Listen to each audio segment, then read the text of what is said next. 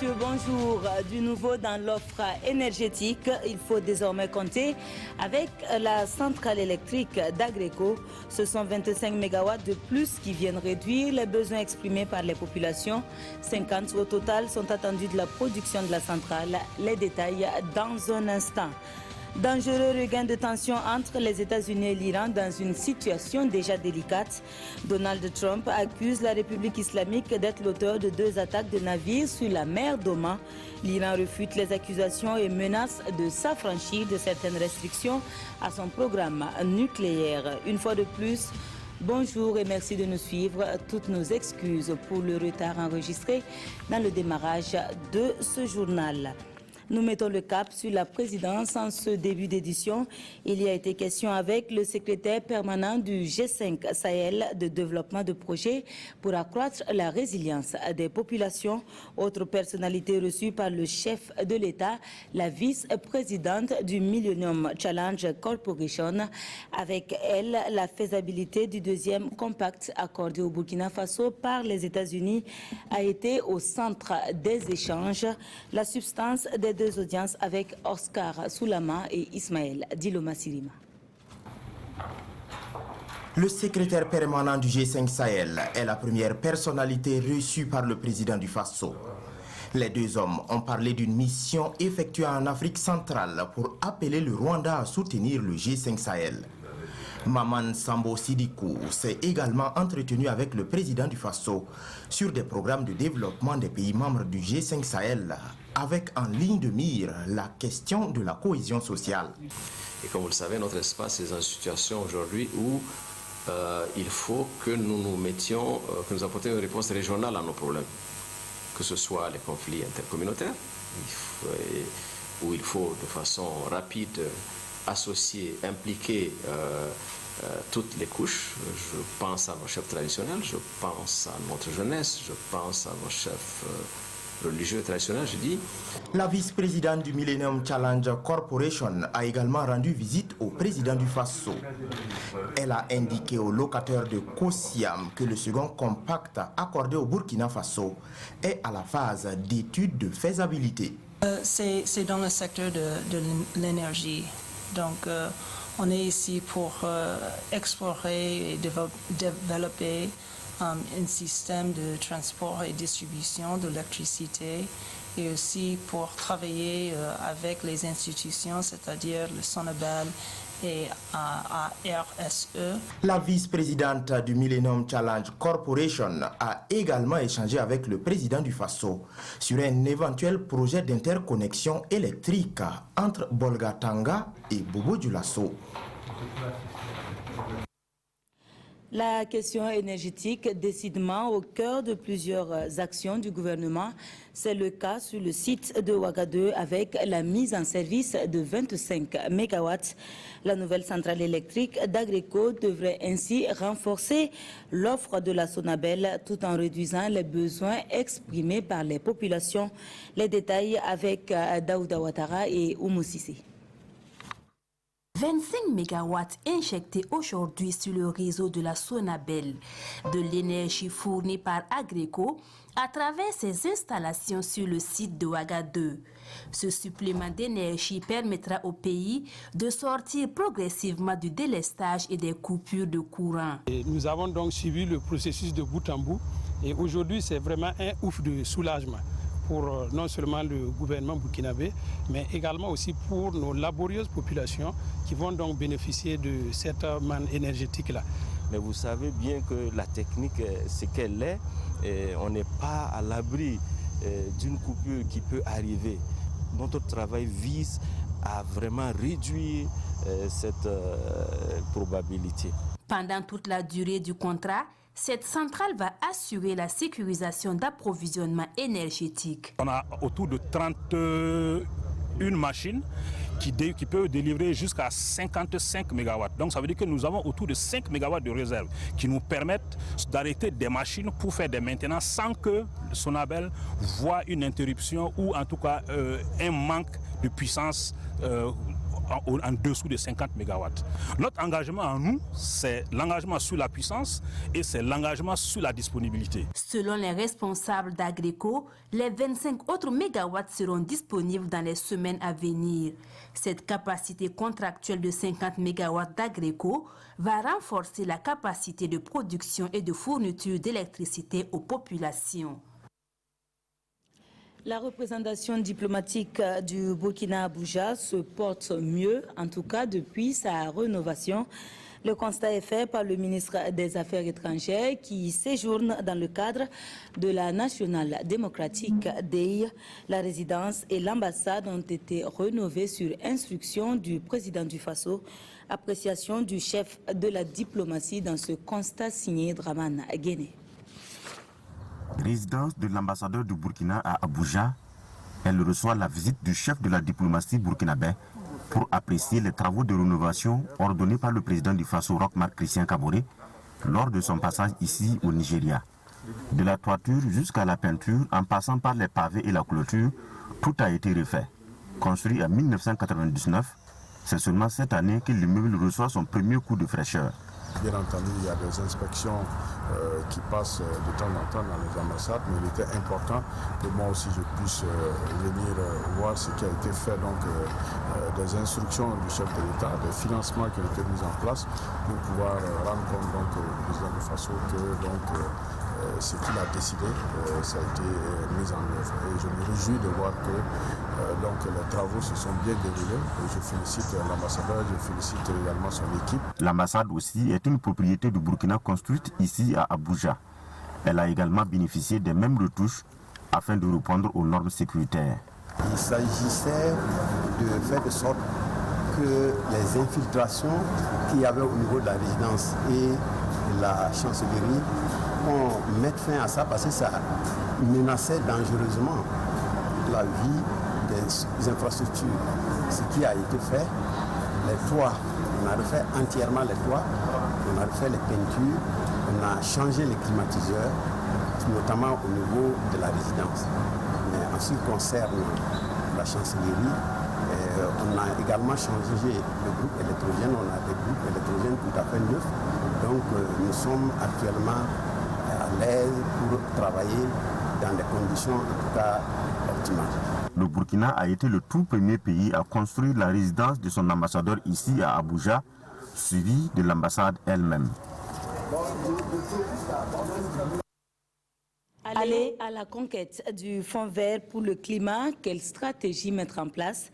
Il s'agit d'avoir accès à cet ensemble de financements mis en place par les Nations Unies pour aider les pays du Sud dans l'adaptation au changement climatique. Pour ce faire, le secrétaire permanent des organisations non gouvernementales a réuni les organisations de la société civile pour une rencontre d'information. Roger Kam et Ismaël Diloma Sirima. Une rencontre d'information sur la possibilité de bénéficier du Fonds vert pour le climat. Les organisations non gouvernementales, les associations et autres organisations de la société civile burkinabé sont invitées à aller à la conquête de ces fonds. Et à cette réunion, il est question de ce qu'il faut savoir au préalable pour accéder à ces fonds. Les principes du fonds sont de deux ordres. Il faut pouvoir disponibiliser au niveau du secrétariat des projets qui soient bancables, mais aussi il faut pouvoir également accéder au plus premier pour pouvoir bénéficier des ressources du fonds. C'est pourquoi cet atelier est comme une forme de coaching des organisations de la société civile burkinabé. L'idée est de les amener à développer des initiatives allant dans le sens de la protection de l'environnement ainsi que dans l'adaptation au changement climatique. Nos attentes à la fin, c'est vraiment que les acteurs de la société civile puissent s'approprier les mécanismes donc, du fonds, qu'ils puissent voir comment y aller, comment se préparer, quelles sont les synergies, les consortia qu'ils peuvent créer et mettre en place afin que des retombées puissent revenir au niveau de notre pays et changer au quotidien donc les actions que les populations mènent favorablement donc au niveau donc de la lutte contre les changements climatiques. À noter que le Fonds vert pour le climat est l'un des fruits de l'accord de Paris sur le climat signé en 2015. Il vise à aider les pays en développement à mieux faire face au changement climatique. Ils étaient eux aussi en conclave pour une évaluation des résultats de l'accompagnement offert aux promoteurs de micro-projets. Il s'agit des acteurs du Fonds d'appui au secteur informel. Ce sont plus de 2000 promoteurs qui ont bénéficié de près d'1 milliard de francs CFA et de formation en éducation financière. Salif Belem et Nathalie Sawadou. Plus de 930 millions de francs CFA accordés à des promoteurs de microprojets, 411 emplois créés et plus de 4000 emplois consolidés. Ce sont entre autres les résultats des actions menées par le Fonds d'appui au secteur informel FASI pour l'année 2018. On vous a illustré à travers nos performances le financement de 2132 promoteurs, ce qui fait plus de 100% des objectifs qui étaient de 2000, un taux de recouvrement de 94,85%. Sur une prévision de 1 milliard 100 millions, nous avons recouvré 1 milliard 43 millions. Voilà, donc pour nous, vraiment le bilan est satisfaisant. Au niveau de la gouvernance aussi, vous avez vu qu'on a pu tenir nos 2 conseils d'administration statutaire. Nous, en tant que première autorité en charge de la promotion de l'emploi et de l'entrepreneuriat, nous ne pouvons que nous réjouir à l'analyse de tels résultats. Il y a eu des acquis, il faut conserver ces acquis et aller de l'avant. Donc nous les encourageons en ce sens et nous sommes vraiment disposés à accompagner le directeur général et son personnel. Des résultats engrangés certes, mais beaucoup de défis restent à relever. Les délais de traitement des dossiers sont encore un peu longs. Il y a des plaintes des promoteurs, les taux d'intérêt sont jugés un peu élevés, les garanties sont un peu difficiles à mobiliser par nos promoteurs. Et cet atelier bilan 5e du genre, placé sous le thème l'analyse des outils et procédures de gestion des crédits du FASI, état des lieux et perspectives, va permettre aux acteurs d'échanger et de proposer des solutions à ces difficultés. À l'occasion, 5 agents du FASI ont vu leur mérite récompensé et 5 autres promoteurs ont reçu des chèques allant de 500 000 à 1 million de francs CFA sous forme de prêts. Seulement 9% des biens africains figurent sur la liste du patrimoine mondial et les chiffres doivent bouger dans le sens de l'accroissement. C'est l'une des recommandations issues de la rencontre des experts du groupe 5A de l'UNESCO. Elle s'est achevée hier après 4 jours de travaux. Le prochain rendez-vous est pris pour juillet en Azerbaïdjan pour la rencontre du comité du patrimoine mondial. La clôture des travaux avec Aruna Mari. L'expertise africaine du patrimoine culturel se résout à parler d'une même voix à la prochaine rencontre du Comité du patrimoine mondial. Une 43e session prévue en Azerbaïdjan et qui va statuer sur l'ensemble des biens soumis pour inscription sur la liste du patrimoine mondial de l'UNESCO. Le Burkina Faso est le seul pays africain à soumettre pour inscription ce site de métallurgie ancienne du fer. Ouagadougou est donc une escale pour harmoniser les différentes positions. Il s'agissait de mettre tous les experts au même niveau d'information en ce qui concerne le vocabulaire et les fondamentaux de l'UNESCO. Je pense qu'au jour d'aujourd'hui, cet objectif est atteint. Deuxièmement, nous devrions ensemble examiner tous les biens en compétition au niveau de Bakou à la 43e session de l'UNESCO. Tous ces biens ont été étudiés. Pendant les 4 jours, les 13 pays représentés ont pu partager leurs expériences sur le patrimoine africain et mondial. Il ressort de leurs travaux que beaucoup de biens culturels africains sont en péril.